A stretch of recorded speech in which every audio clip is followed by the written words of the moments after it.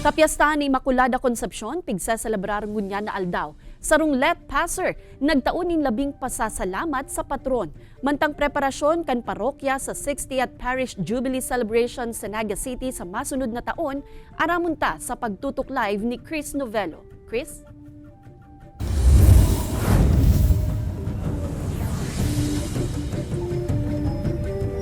Kate, sinamantala ka nagkapira mga nakapasar sa September 2023 Licensure Examination for Professional Teachers ang kapestahan aldaw ni Immaculada Concepcion para sa kanya-kanyang pagpapasalamat.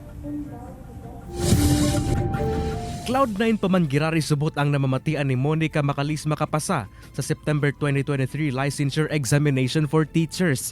Sarosa na si Monica sa labis 77,000 na nakapasar sa nasabing eksaminasyon na iniluwas ang resulta kasuudma. Macalis marealisar ang pangiturog ang LPT na ikakabit sa iyang pangaran. Diretso siya sa Immaculate Conception Parish sa Naga City para magpasalamat sa patron.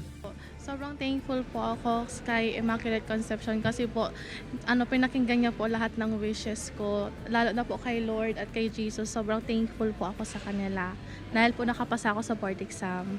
Nataon man nakapestahan ngunyan ni Immaculada Concepcion kung saan inatindiran kan publiko ang sarong banal na misa sa parokya kaini sa Barangay Concepcion Pequeña, Naga City. Susog kay Reverend Father Mark Rial, ang parish priest kan parokya, ang kapestahan ni Immaculada Concepcion. Nagpapagirumdum sa kawaran ng kasalan ni Santa Maria na maninigo na maging ina ni Jesucristo.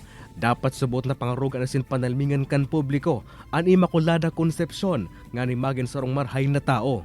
Ang tao inaapod na siring ki Santa Maria magkaigwaning total faith and obedience sa mahal na Diyos, ta dyan kita nakakarayo sa kasalan kun nagiging kitang makinuyog-kuyog sa katukduan, sa kabutan, sa mga tugon in mahal na Diyos.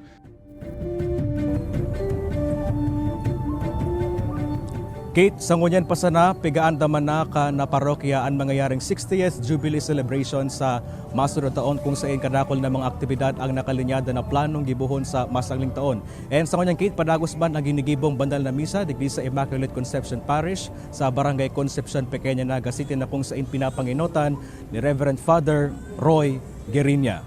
Kate? Jos Mabalos, Chris.